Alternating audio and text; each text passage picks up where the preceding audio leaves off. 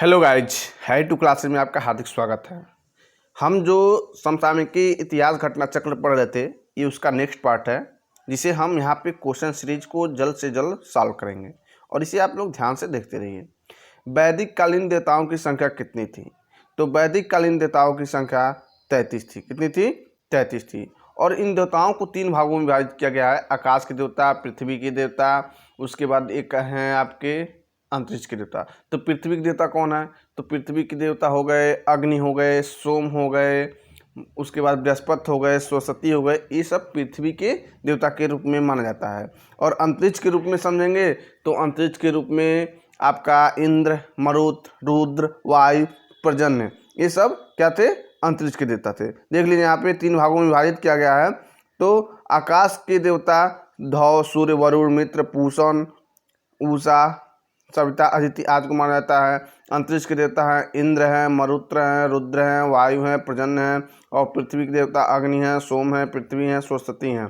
ठीक है, तो इसे आप लोग एक बार देख लीजिएगा, क्योंकि अगर एग्जाम में ऐसे क्वेश्चन बन जाए कि रुद्र किस से संबंधित देवता थे, अंतरिक्ष के, आकाश की, पृथ्वी के, या इनमें से सभी, तो बहुत से छात्र छात्राएं कंफ्यूज हो जाएंगे। तो इसे आप लोग एक दिमाग में नोटिस करके रख लीजिएगा। ठीक है, कभी क्वेश्चन यदि टफ बनता है तो यहाँ से क्वेश्चन बन सकता है। इनमें से कौन वैदिक सूर्य देवता नहीं थे? सावित्री, विष्णुकर्म, सविता, विश्वकर्मा। तो वैदिक सूर्य देवता संबंधित नहीं थे। तो विश्वकर्मा आप जानते हैं कि शिल्पियों के क्या है, जो शिल्पियों से संबंधित है, बढ़ई से संबंधित है। तो यहाँ पे आपका आंसर सही हो जाता है सी। यहाँ पे व्याख्या हम लोग देख लेते हैं। सावित्री, विष्णु, उर्कर्म तथा सविता वैदिक सूर्य देवता से संबंधित हैं, जबकि विश्वकर्मा बढ़ई जो होते थे शिल्पियों का मुखिया होता था। नेक्स्ट क्वेश्चन चलते हैं। यहाँ पे ऋग्वेद देखिए सुमेलित करना है। तो यहाँ पे ऋग्वेद का हो जाएगा होत्री, हो जाएगा यजुर्वेद का धर्वी, हो जाएगा सामवेद का उद्गाता, हो जाएगा अथर्ववेद का ब्रह्मा हो जाएगा। सीधा सीधा दे दिया है, यहाँ पे कुछ करना नहीं है, बस आपको समझना है। देख लीजिए ऋग्वेद का होत्री, यहाँ होता नहीं है, होत्री होता है, ऐसे लिखा रहता है, तो आप कंफ्यूज मत होइएगा। होत्री में ऐसे होत्री आता है। ठीक है, होत्र हो गया, यद्धर्यु हो गया, उद्गाता हो गया, और अथर्ववेद का ब्रह्मा हो गया। नेक्स्ट क्वेश्चन पर चलते हैं। युद्धों का प्रारंभ मनुष्यों के मस्तिष्क में होता है, किस ग्रंथ में उल्लेखित है? तो युद्धों का प्रारंभ मनुष्यों के मस्तिष्क में होता है, इसका उल्लेख सर्वप्रथम अथर्ववेद में किया गया। कहाँ किया गया है? अथर्ववेद में उल्लेखित है या किया गया है। कथन युद्ध का प्रारंभ मनुष्यों के मस्तिष्क में होता है, अथर्ववेद की एक प्रार्थना में निहित है। तो इतना ही आप ध्यान रखिएगा, अथर्ववेद में इसकी व्याख्या की गई है। ठीक है, नेक्स्ट क्वेश्चन चलते हैं। वेदों के काव्यात्मक हिस्से को कहा जाता है? वेदों के काव्यात्मक हिस्से को क्या कहा जाता है? तो संहिता कहा जाता है। क्या कहा जाता है? संहिता कहा जाता है। देखिए यहाँ पे लिखा है, वेदों के काव्यात्मक हिस्से को संहिता कहा जाता है, और संहिता का अर्थ होता है वेदों को गए पदों से होता है। और वेद सूक्त, प्रार्थनाओं, स्तुतियों, मंत्र, तंत्र तथा यज्ञ संबंधी सूत्रों के संग्रह। और वेदों के संकलनकर्ता कौन है? तो महर्षि कृष्णद्वैपायन वेद व्यास। अब वेदों को एक नाम से और से जाना जाता है, जिसे श्रुति के नाम से भी जाना जाता है। वेदों की संख्या 4 है। ये कुछ तथ्य हैं, देख लीजिए आप लोग।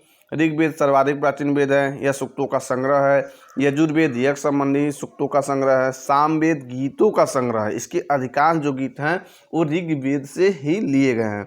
और अथर्ववेद में तंत्र मंत्र का संग्रह है।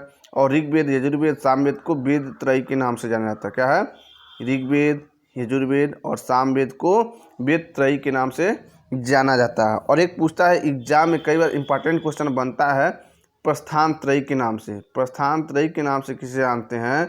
तो भागवत गीता है, ब्रह्मा है और उपनिषद है। क्या है? भगवत गीता, ब्रह्मा और उपनिषद के तीनों के सामूहिक रूप को प्रस्थान त्रयी के नाम से जाना जाता है। और ऋग्वेद, यजुर्वेद, सामवेद को वेद त्रयी के नाम से जाना जाता है। ठीक है, और ब्रह्मा, क्षत्रिय, वैश्य को द्विज के नाम से जाना जाता है। इतना आप लोग ध्यान में रखिएगा। वेदों को क्या कहा जाता है?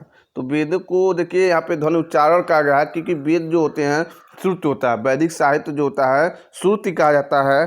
तो इसलिए इसका आंसर आपका यहाँ पे ध्वनि उच्चारण दिया है, तो यहाँ पे आंसर आपका सही हो जाएगा। ठीक है, वेदों को क्या कहा जाता है? देखिए यहाँ पे श्रुति आ भी गया, तो वेदों को क्या कहा जाता है? श्रुति कहा जाता है। निम्नलिखित में से कौन से ग्रंथ वेदों या श्रुतियों के अंग नहीं है? संहिता, ब्राह्मण, उपनिषद और पुराण। तो पुराण जो हैं श्रुतियों के अंग नहीं है, क्योंकि जो वेद श्रुतियों में 4 वेद हैं, संहिताएं, ब्राह्मण तथा उपनिषदों को शामिल किया जाता है। पुराण और जो वेद हुए, पुराण जो वेद हैं वो श्रुतियों के अंग नहीं है। युद्ध के लिए ऋग्वेद में किस शब्द का प्रयोग हुआ है? तो ऋग्वेद के लिए ऋग्वेद में युग गाय के लिए जो शब्द प्रयोग हुआ है युद्ध के लिए, वो गवस्ती का प्रयोग हुआ है। क्या है? गवस्ती का। यानी युद्ध के लिए ऋग्वेद में किस शब्द का प्रयोग हुआ है? तो गवस्ती का प्रयोग हुआ। ठीक है, नेक्स्ट चलते हैं, इसका व्याख्या हम लोग देखते हैं। ऋग्वेद में गवस्ती शब्द का प्रयोग किया गया है किसके लिए? युद्ध के लिए।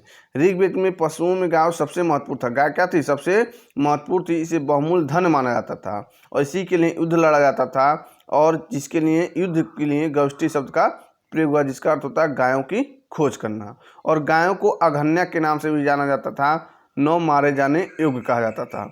और वैदिक काल में गाय के आधार पर दूरी का निर्धारण किया गया, जिसे गव्युति के नाम से भी जाना जाता है। और वैदिक काल में गाय के आधार पर समय का निर्धारण संगमन के नाम से किया गया। ठीक है, नेक्स्ट चलते हैं। वैदिक काल में किस पशु को अघन्या माना जाता था? तो सबको पता होगा कि गाय। 16 संस्कारों में उपनयन संस्कार किस क्रम पर है?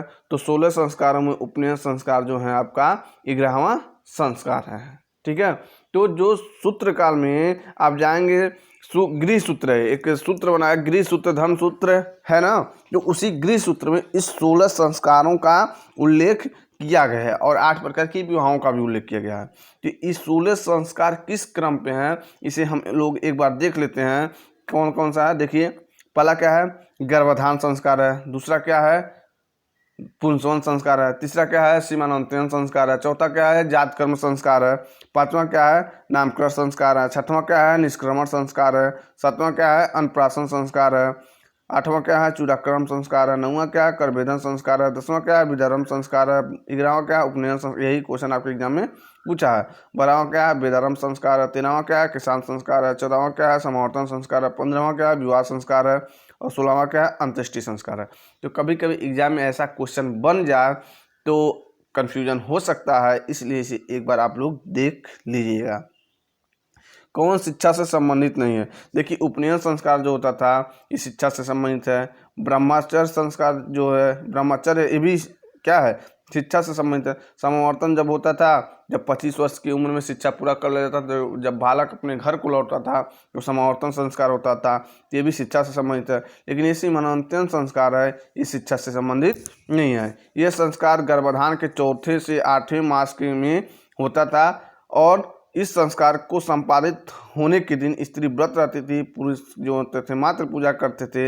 इन सब के बारे में यहाँ पे बताया गया है, तो इससे आपको उतना लेना देना नहीं है। लेकिन इसका अन्य महत्वपूर्ण तथ्य उसे हम लोग देख लेते हैं।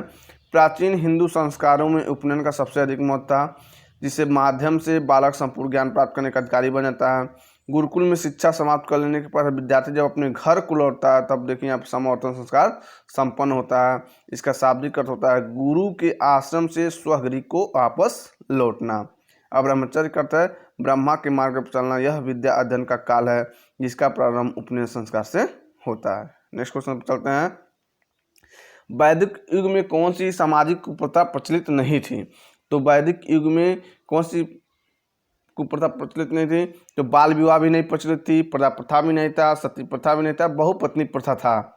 तो यहाँ पे क्वेश्चन जो रॉन्ग दे दिया है, इसलिए इस पे कॉमन अंक मिला होगा। तो इसे आप समझ लीजिए कि वैदिक युग में बाल विवाह प्रचलित नहीं थी, प्रजा प्रथा भी प्रचलित नहीं थी, सती प्रथा भी प्रचलित नहीं थी। देखिए यहाँ पे व्याख्या देखते हैं। वैदिक युग में सती प्रथा, प्रजा प्रथा, बाल विवाह जैसे सामाजिक कुप्रथाएं प्रचलित नहीं थी, लेकिन बहुपत्नी प्रथा कुछ स्थानों पर उल्लेख मिलता है। नेक्स्ट क्वेश्चन चलते हैं। ऋग्वैदिक काल में निम्नलिखित में से कौन सी प्रथा प्रचलित नहीं थी? तो दहेज था, हाँ, क्योंकि जो द्रव्य दिए जाते थे शादी के समय उसे वहुत कहा जाता था। ठीक है, शादी के समय जो द्रव्य उपहार दिए जाते थे उसे क्या कहा जाता था? वहुत। ठीक है, उसके बाद वधू मूल्य ये भी था, विधवा विवाह भी होता था, बस बाल विवाह प्रचलित नहीं था। इसका आंसर ये हो जाएगा। नेक्स्ट चलते हैं। ऋग्वेद में इंद्र को किस नाम से पुकारा गया है? तो पुरंदर के नाम से पुकारा गया। किस नाम से पुकारा गया है? पुरंदर के नाम से पुकारा गया है। और इंद्र के लिए ऋग्वेद में 250 मंत्रों का उल्लेख हुआ है और अग्नि के लिए 200 मंत्रों का उल्लेख हुआ है।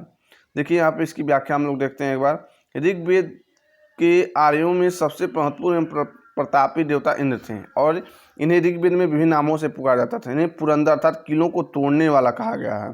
ठीक है, उसके बाद इंद्र को वित्तासुर हंता भी कहा गया है, यानी वित्तासुर नामक राक्षस का वध करने के कारण कहा गया।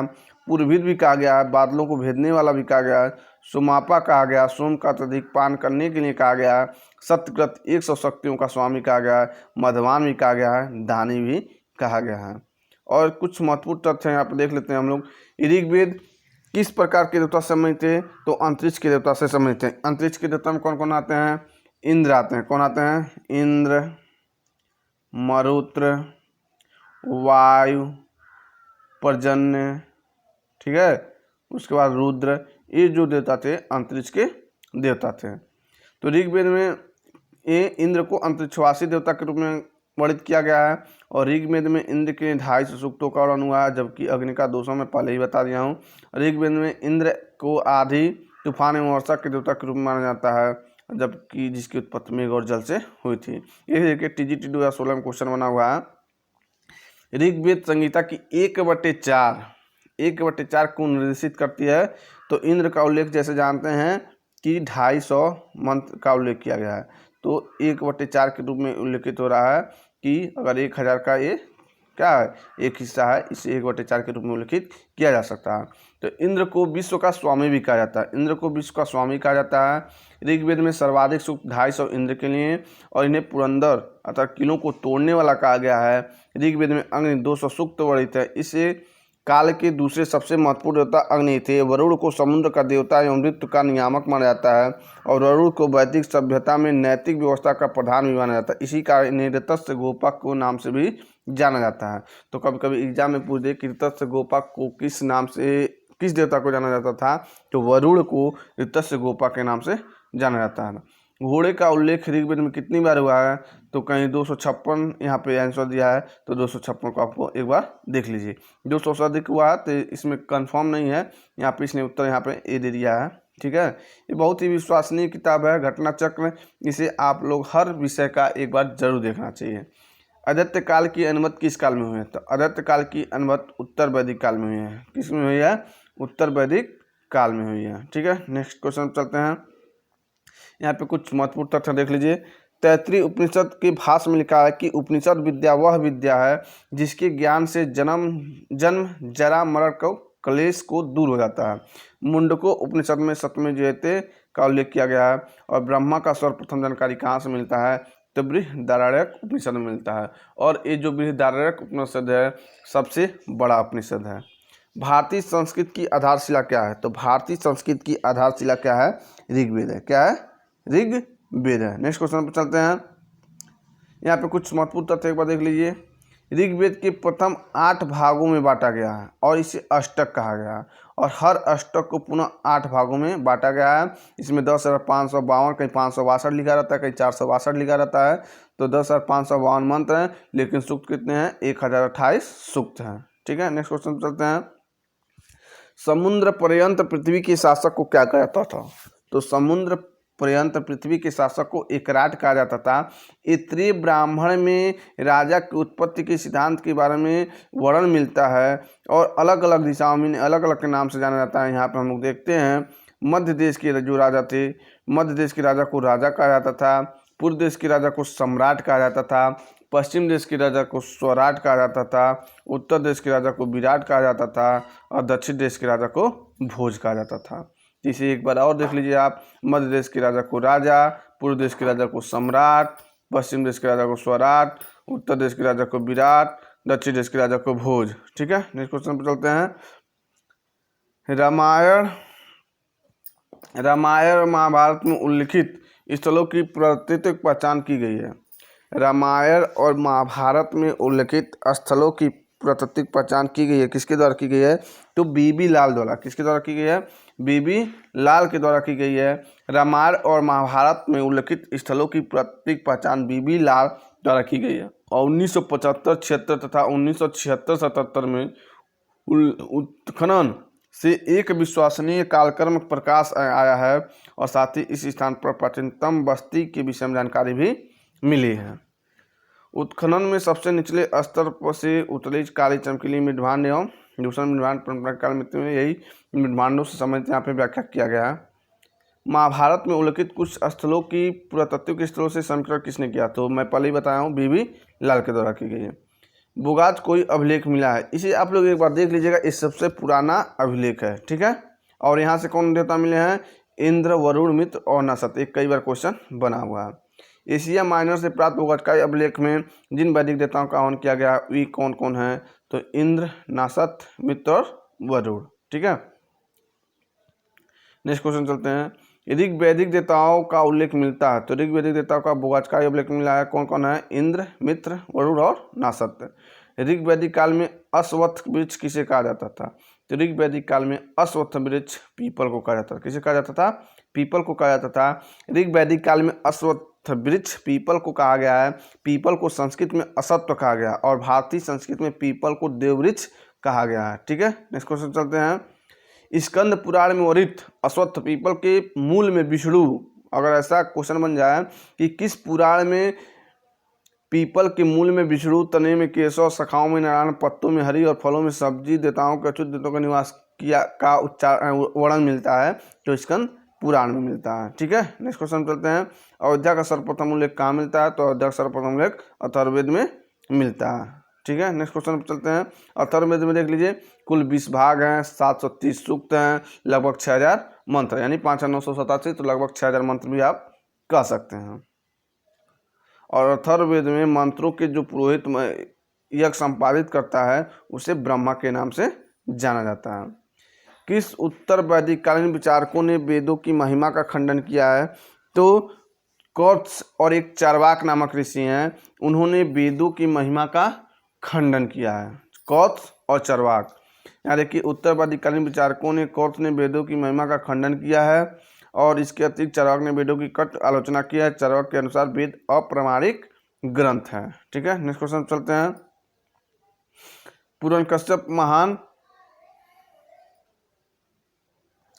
ऋग्वेद के 9वें मंडल के सभी सूक्त निम्नलिखित में से एक ही देवता प्रके हैं, किससे? तो सोम, आप जानते हैं सोम इसका आंसर से। ऋग्वेद के 9वें मंडल में सूक्त सोम से संबंधित है और ये आर्यों का सबसे प्रिय पेय था, जिसके बाद देवता की संज्ञा दे दी गई है। यह आर्यों के आनंद और प्रभुता का देवता का बन गया। इसमें कुछ देख लीजिए।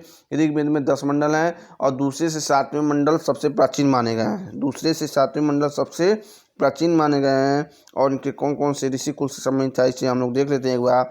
दूसरा मंडल था गृत्समद ऋषि से, तीसरा मंडल विश्वामित्र से, चौथा मंडल वामदेव से, पांचवां अत्रि से, छठवां जो थे भारद्वाज से और सातवां मंडल वशिष्ठ से संबंधित है और आठवां मंडल कर ऋषि कुल से संबंधित था और नौवां मंडल सोमदेवता से संबंधित था और प्रथम और 10वां मंडल विभिन्न ऋषियों की सूक्तों का संकलन और सबसे बाद का भी प्रथम और 10वां मंडल माना जाता है। ऋग्वेद का 9वां मंडल जिस देवता को समर्पित है तो सोम देवता को समर्पित है। ऋग्वेद के तृतीय मंडल की रचना किसने की थी? विश्वामित्र ने की थी और तीसरे मंडल में ही गायत्री मंत्र की भी उल्लेख किया गया है। ऋग्वेद के नदी सूक्त किस मंडल में है? तो 10वें मंडल में। ऋग्वेद की नदी सूक्त किस मंडल में है? तो 10वें मंडल में। नदी में देखिए 2 आ रहा है, 2 से 10 आप लोग आसानी से याद कर लीजिएगा। तो ऋग्वेद की नदी सूक्त किस मंडल में है? तो 10वें मंडल में है। ऋग्वेद में कुल 10 मंडल 1028 सूक्त हैं, 1017 सूक्त साकल तथा 11 बालकृत सूक्त हैं। इस प्रकार 17 और 11 1028 हो जाते हैं। ऋग्वेद के दूसरे से 7वें मंडल सबसे प्राचीन माने जाते हैं। ऋग्वेद के 10वें मंडल में 75वें सूक्त की रचना ही नदियों की स्तुति के लिए की गई है। तो ऋग्वेद के 10वें मंडल में 75वें सूक्त की रचना नदियों के लिए की गई है। 9 मंत्रों के इस सुंदर सूक्त में गंगा, यमुना, सरस्वती, पंजाब की प्रमुख नदियों, उत्तरी पश्चिमी प्रांत, सिंधु, कुबा, काबुल, स्वात, गोमन आदि 19 नदियों के नाम का उल्लेख किया गया है। ऋग्वेद में किस मंडल में गायत्री मंत्र का तो मैं अभी बताया हूँ, तीसरे मंडल में। ऋग्वेद सर्वाधिक प्राचीन वेद है जिसमें गायत्री मंत्र का उल्लेख किया गया है और इसकी रचनाकार विश्वामित्र हैं जो सूर्य देवता को समर्पित है। यह मंत्र ऋग्वेद के तीसरे मंडल में उल्लिखित है। वैदिक युग में सर्वाधिक प्राचीन संस्था कौन थी? तो विदथ। विदथ का नाम आप लोग सुने होंगे। तो ऋग्वेद में सबसे प्राचीन संस्था कौन थी? विदथ थी। इसका नेक्स्ट पॉइंट हम लोग देखते हैं, कुछ व्याख्या किया गया है। ऋग्वेद में इसका उल्लेख 8 बार किया गया, सभा का 8 बार, समिति का 9 बार। इतना आप लोग ध्यान दीजिएगा। ऋग सभा का 8 बार उल्लेख मिलता है और समिति का 9 बार किया, और समिति के अध्यक्ष को ईशान कहा जाता था। देखिए यहाँ पे कुछ व्याख्या किया गया है। यह विशिष्ट जनों की सभा होती थी। राजा के निर्वाचन और पुनर्निर्वाचन में इसका महत्वपूर्ण योगदान होता था सभा का, और समिति जो होता था सामान्य जनता का प्रतिनिधित्व करती थी, और इसमें ऋग्वेद में 9 बार उल्लेख किया गया है। इससे अनुमान लगाया जाता है कि इसका महत्व सभा से अधिक था। इसलिए समिति के विश्व और जनसाधारण की आवाज़ अभिव्यक्त करने वाली संस्था था। इसकी तुलना लोकसभा से की जा सकती है। गण ऋग्वेद के समय हर संभवतः एक जनसभा होती थी जिसे कुलीन लोग शामिल होते थे। इसकी मुखिया को गणपत कहा जाता था। अब परिषद एक जनजातीय सैन्य सभा थी। तो निम्नलिखित में सबसे प्राचीन संस्था कौन थी? तो विदत सबसे प्राचीन संस्था थी। निम्नलिखित में से किस संस्था में स्त्रियों के भाग लेने के उल्लेख प्राप्त हुआ है? कि स्त्रियों को भाग लेने का उल्लेख विदत में प्राप्त हुआ है। ठीक है। उत्तर वैदिक युग में उत्तर बिहारी के आर्यीकरण का श्रेय किसे जाता है? तो आर्यीकरण का श्रेय विदेह माधव को जाता है, जो उत्तरी बिहार में आता है। यहाँ पे व्याख्या हम लोग देखते हैं। उत्तर वैदिक काल में आर्यों के उत्तरी बिहार के आर्यीकरण का वर्णन शतपथ ब्राह्मण में विदेह माधव की कथा में मिलता है। इसके अनुसार विदेह माधव वैश्वानर अग्नि के मुख में धारण किए हुए सब कुछ जलाता है। वह पूर्व दिशा की आगे और बढ़ता है। उसके पीछे पीछे उनका पुरोहित गौतम राहुगढ़ चला जाता है। वह सदा नीरा वर्तमान बिहार में गंडक नदी तक जाता है और आर्यों की पूर्वी सीमा हो गई है, एवं उसका आर्यीकरण भी किया है। तो वैदिक साहित्य में कुरु पांचाल मत्स्य को ब्रह्मर्षि देश कहा गया है। वैदिक साहित्य में कुरु पांचाल मत्स्य को ब्रह्मर्षि देश के रूप में जाना जाता है। डॉक्टर राजबली पांडे ने कौशल काशी विदेह को आर्य संस्कृत की सीमा बताते हुए इसे मध्य देश का नाम भी से विभूषित किया है। उत्तर वैदिक काल में आर्यों की भारत भूगोल किस अंश की जानकारी नहीं थी? तो उत्तर वैदिक काल कृष्ण नदी घाटी तक दक्षिण भारत की जानकारी नहीं थी। निम्नलिखित में से कौन वैदिक समाज में प्रचलित नहीं था? तो सती प्रथा प्रचलित नहीं था। ये क्वेश्चन हम लोग देख चुके हैं। 15वीं शताब्दी में कश्मीर के शासक शाहमीर वंश सिकंदर ने इस प्रथा को बंद करवा दिया, और सती प्रथा पुर्तगाली गवर्नर अल्बुकर्क ने इस प्रथा पर भी रोक लगाई थी। और भारत के जो गवर्नर जनरल थे लॉर्ड कॉर्नवालिस एवं लॉर्ड हेस्टिंग्स इस दिशा में कुछ प्रयत्न किए, परंतु इसे क्रूर प्रथा को कानूनी रूप में बंद करने का श्रेय लॉर्ड विलियम बेंटिक को जाता है, जो राजा राम मोहन राय के सहयोग से हुआ था। 10 राजाओं के युद्ध का विजयी राजा सुदास निम्नलिखित में किस जन से संबंधित था? तो